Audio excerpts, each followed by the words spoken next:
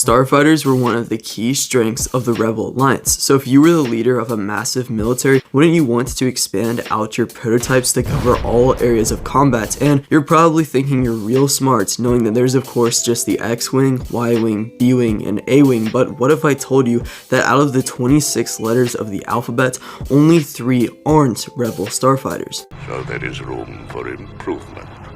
So today I'll summarize all of these from the new E-Wings in the Ahsoka series to even the Z-Wing. Starting with the A-Wing, this was an interceptor class ship that was fast and maneuverable from its 2 sublight engines that were replaced with Event Horizon models, which made it even faster than the TIE Interceptor. It was also small and thin, making it basically just a cockpit with 2 engines and laser cannons and 12 concussion missiles as well. This speedster saw action with the Phoenix Squadron and also at the Battle of Endor. Next up, with the B-Wing, we have a ship that was heavily armed and also counts as a bomber, and for the pluses of the ship, it was known as a blockade buster as it would destroy Star Destroyers from its great armament. However, on the other hand, this starfighter was also very slow and not as maneuverable as other Rebel ships and gave off a significant infrared signature, and some of the weapons on the ship were the laser cannons, ion cannons, guided torpedoes, and a composite beam laser similar to the Death Star on a much smaller scale.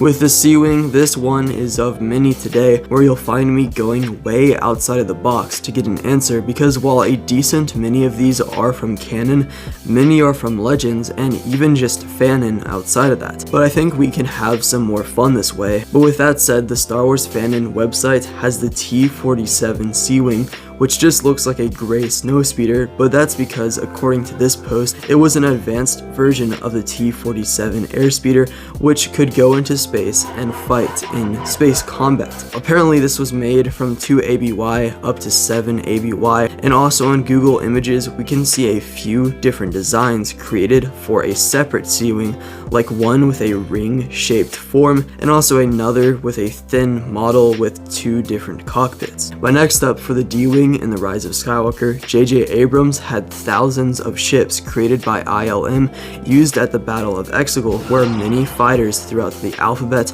were apparently created, although I couldn't find much on that. And legend has it that there's some guy at ILM with a folder on his computer of just thousands of starfighters made for this scene that the public will never see because it will soon be placed in Area 51. Don't ask me about my source on that one, I just know this stuff, guys. Also relating to the D-Wing, a bounty hunter named Celino Chandro had a modified one of these, and this ship was also slim with a half circle coming around the bottom of it, giving this a very unique design.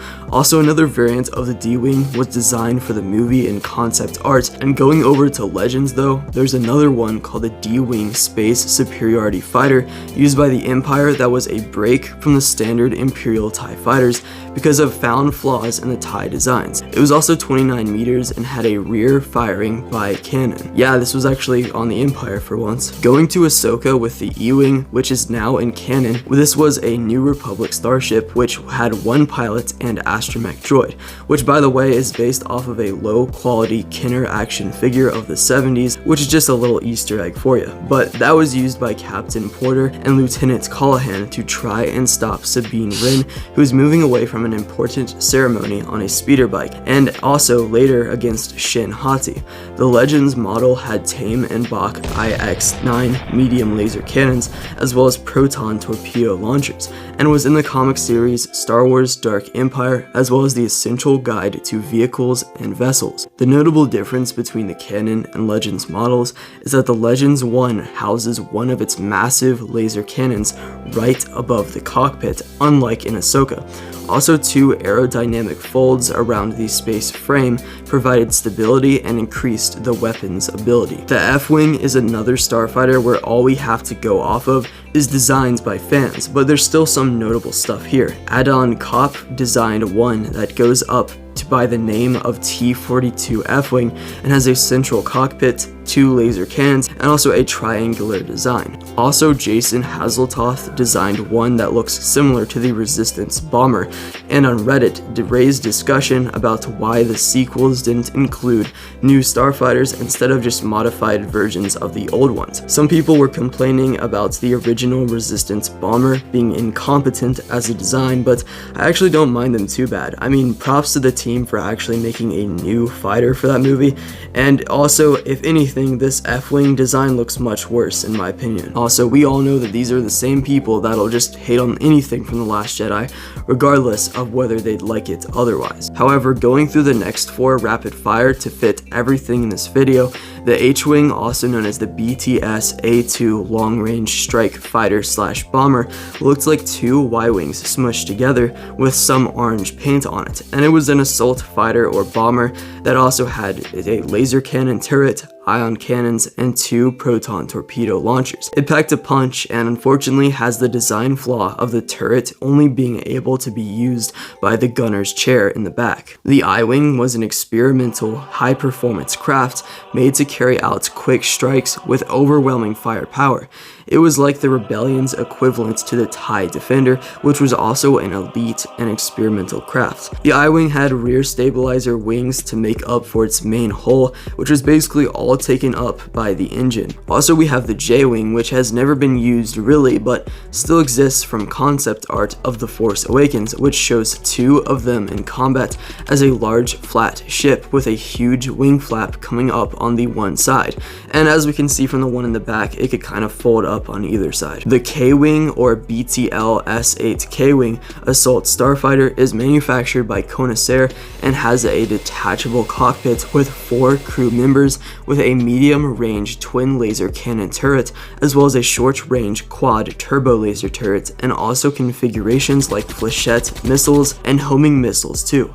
The K-Wing had a very odd shape that was made up of 2 primary wings attached to a primary stabilizer, and this guy excelled from taking out spaceborne installations. And the more I look at this, it kind of just looks like a drone used by the military nowadays in Star Wars, so there you go. The M-Wing had a large frame with a central fuselage attached by 2 angular wings on either side, and has heavy laser cannons, salvaged Y-Wing parts, and also a 2-seater cockpit, and they were stationed above Hoth in 3 ABY. And let's be honest, these ships are basically just a Walmart version of the Y-Wing, at least at its roots. The O-Wing is also one that really doesn't exist in the media, but was made in a 2016 challenge for ILM art where people made fan ships, and this was one with an obvious reason for the name that gives this starfighter a very unique design that I at least think looks pretty cool. And according to the post, this ship has disruptor lasers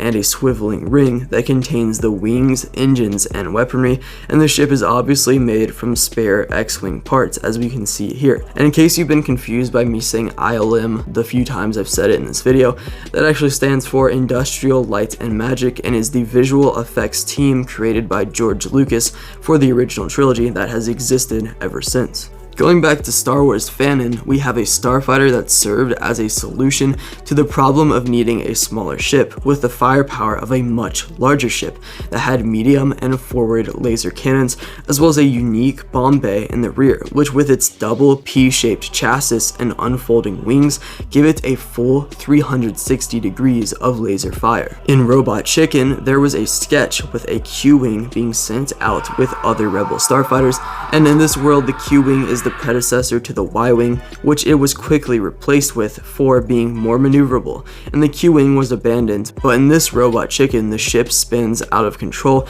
making the pilots vomit before they crash into an asteroid. And it was of course literally shaped like a Q and had a cockpit and engine that connected through the side, completing a Q shape, as the rest was an oval. It's easy to see how this one would fail with the cockpit literally facing the interior of the starfighter, so I don't really think that's the cream of the crop when it comes to that design. Next up, the R-Wing looks a lot like a sleeker version of the X-Wing and is also from Fanon. It was 13 meters long and manufactured by Nexus Shop Yards. Anyway, the Tri-Wing S91X Pegasus Starfighter, or S-Wing, and I swear these names are getting more and more ridiculous, like Who comes up with Pegasus Starfighter? I don't know, but for short, it is another New Republic ship, and is also seen on Alderaan on 9ABY by Leia, that had an astromech droid and a single pilot's cockpit with at least 2 frontal laser cannons, and a metallic paint job. Concept artist Doug Chang based this off of a Star Wars and Porsche mix. Also, we have the T-Wing, which was an interceptor intended to replace the A-Wing, but was not nearly as good, and it had 3 ion engines with a not very durable hull that could lead to a quick defeat. For the first time in forever. We have an actual notable ship. And that's not saying I don't love all the wacky ones, but this is the U-Wing, of course, which is a gunship slash fighter introduced in Rogue One that served as a Millennium Falcon to that movie and also was deployed multiple times at Scarif. It was 78 feet long and had 2 retractable S foils that would change depending on its mode of combat, which could use the extremely powerful Tame and Bach cannons or also the sliding port doors where Rebel infantry can fire out of. Also, the U-Wing can travel at up to speeds of 590 miles per hour, and the hyperdrive was also accessible. And while 590 miles per hour is pretty impressive, and all for a gunship, so is 32,000 miles per hour for the V-Wing, which was also wedge-shaped and had cutting-edge ion engine thrusters that gave it accessibility to extreme sharp turns and high maneuverability. The W-Wing was a speeder starfighter with 2 medium laser cannons and 1 proton torpedo launcher that it is also small, thin, and shaped similarly to its name. Okay, yes, if you've been paying attention, then you know what's next. Finally, we have the TIE Fighter. No, just kidding. We have the X-Wing, which is just as iconic as the Falcon or Darth Vader or really anything else like that, and something that anyone who knows nothing about Star Wars will reference to sound smart, but well, now you know all the AZ starfighters, so next time someone brings this up, you can just go on a full rant about it. But a brief summary of the X-Wing is that they were starfighters used for dogfighting and long missions that had 4 S foils forming a shape close to an X, that also served at battles like Yavin and Lothal, and were loved for being well-rounded, unlike many of the others we've covered today, and also had no weaknesses for the most part. The Y-Wing, on the other hand, was the true bomber of the rebellion, like at the strike on the Malevolence. A squadron of Y-Wings could glass a whole city while on a bombing run from their combined firepower. And finally, at the end, is the Z-Wing, which according to Wikipedia is basically just a lame version of the Z-95 Headhunter fighter used in the Clone Wars, but there were also a few designs made for the Z-Wing, showing it with a cockpit in the style of a Lambda shuttle with foldable wings. But anyway, that's it for this video. You can subscribe if you want to. I upload every Friday at 5 p.m. Eastern Standard Time, and I also post shorts on Saturday. But yeah, see ya.